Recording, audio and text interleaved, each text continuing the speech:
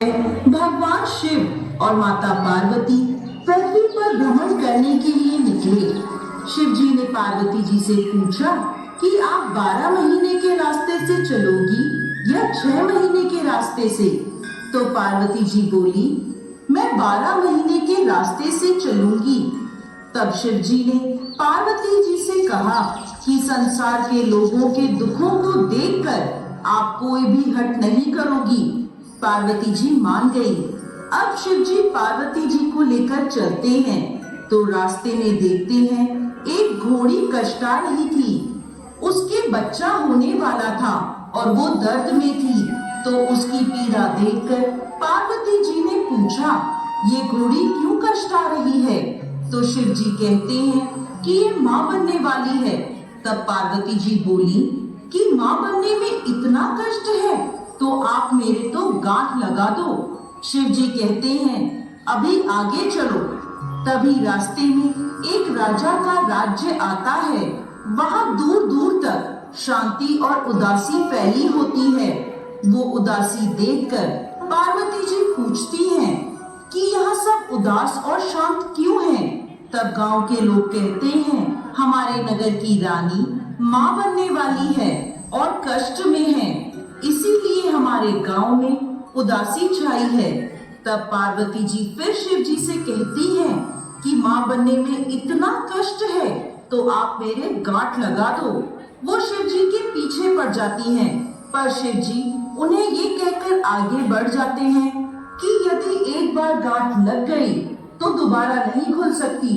अब जब वो आगे बढ़ते हैं तो देखते हैं कि रास्ते में एक गाय कष्टा रही थी। उसकी पीड़ा देखकर पार्वती जी फिर बोली, माँ बनने में इतना कष्ट है तो आप मेरे तो गांठ ही लगा दो। पार्वती जी हट करने लगी तो शिव जी ने पार्वती जी के गांठ लगा दी। अब वो दोनों आगे बढ़े तो एक गांव में पहुंचते हैं। उस दिन गणगौर का व्रत था।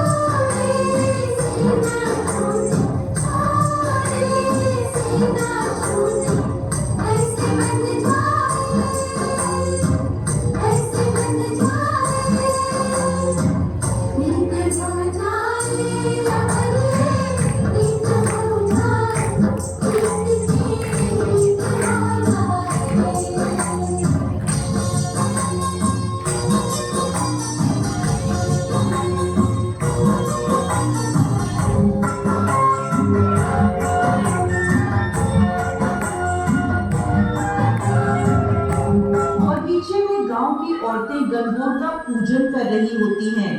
वो पार्वती जी को देखकर वहां आ जाती हैं और पार्वती जी की पूजा करने लगती हैं। इस पर खुश होकर पार्वती जी उनको सारा सुहाग बांट देती हैं। शिव जी पार्वती जी को ढूंढते ढूंढते वहां पहुंचते हैं तो पार्वती जी को फूल और पत्तों से ढका हुआ पाते हैं। शिव जी जब पार्वती जी को वहां से निकाल रहे होते हैं, इतने में कुछ ही देर में वहां ब्राह्मण बनियों की औरतें आती हैं जो पकवान बनाकर 16 श्रृंगार करने के बाद पूजा करने आती हैं, जिसके कारण उन्हें पूजा करने में दोपहर हो जाती है। वो भी पार्वती जी को देखकर उनकी पूजा करने लगती हैं।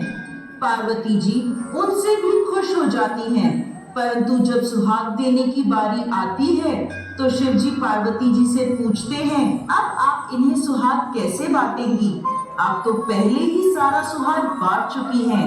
तब पार्वती जी अपनी छोटी उंगली से मेहंदी, मांग से सिंदूर और आंखों के कोरों से काजल निकालकर उसे एक कोरे कलसे के पानी में घोलकर उन सभी औरतों पर छींटे मारती हैं और इस तरह उन सभी को सुहाग देकर वो आगे बढ़ते हैं।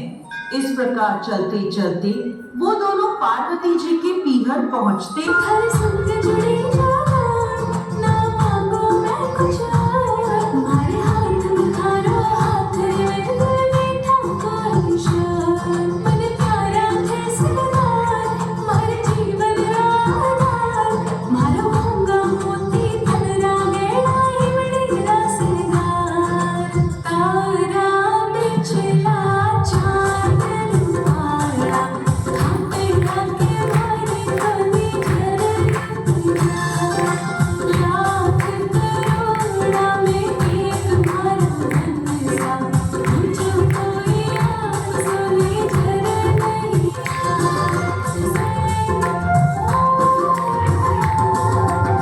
मेरी नशीला तो दिल है मेरे सो। मुखड़े पे नूर खड़ोई बरसे, वो दिखे तने जो पप्पा देख कोई जावे। आँखी झलक में जगत तरसे, आँखी झलक में जगत तरसे। चाल बना संभारा जग सज धज के, दिलवाई फूल धड़ाई खिल जा। लाख करोड़ा में एक मारा मन सा, मुझको कोई आंसू झर नहीं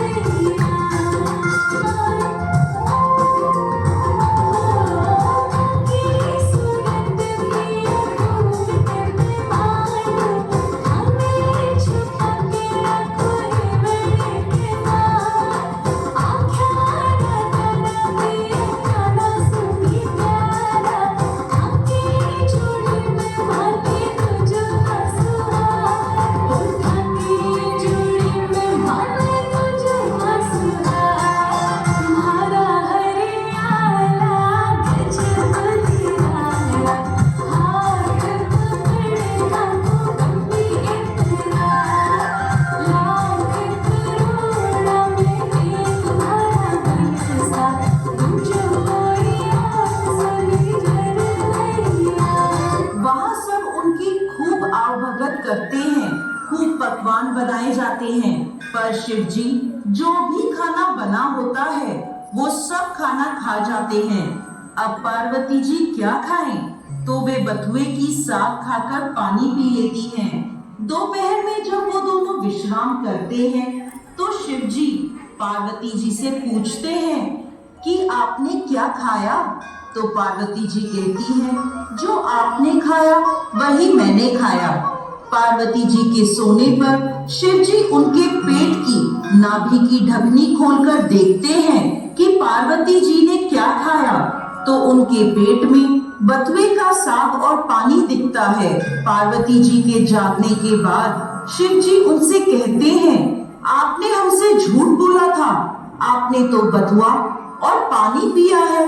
तब पार्वती जी उनसे हठ करती हैं कि आज के बाद कोई भी किसी भी महिला की ढकनी खोलकर नहीं देखेगा, अर्थात आज के बाद कोई भी किसी भी महिला के पेट में नहीं देख सकेगा, क्योंकि किसी भी महिला के पेट में उसके ससुराल और पीहर की लाज होती है। आप वचन दें। तब शिव जी को वचन देना पड़ता है।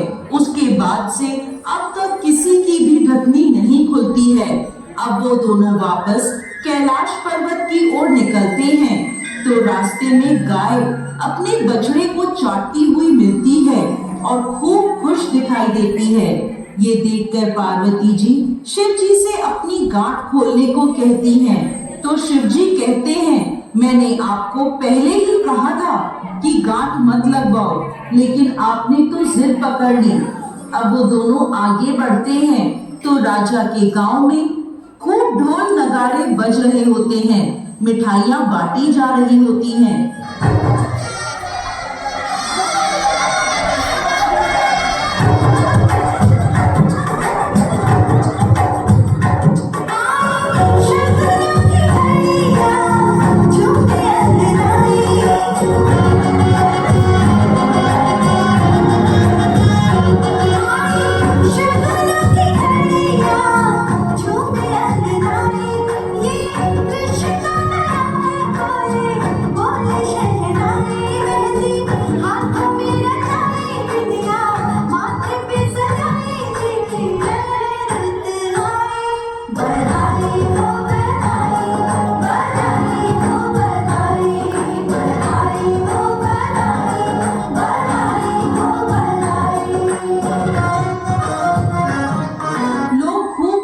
गा रहे होते हैं और खुशियां मना रहे होते हैं।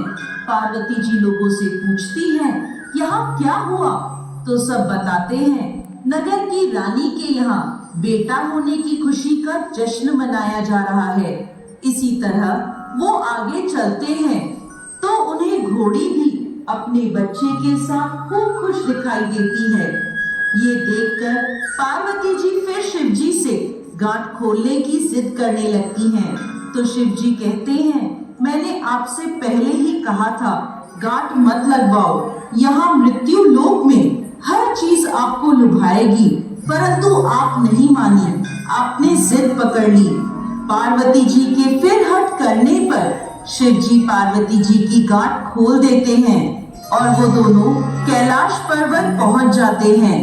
हे भगवान शंकर, जैसे पहले माता पार्वती के गांठ लगाई, किसी पर भी गांठ मत लगाना, और जैसे बाद में पार्वती जी की गांठ खुली, वैसे इस कहानी को कहते, सुनते और हुंकार भरते सभी को अमर सुहाग देना।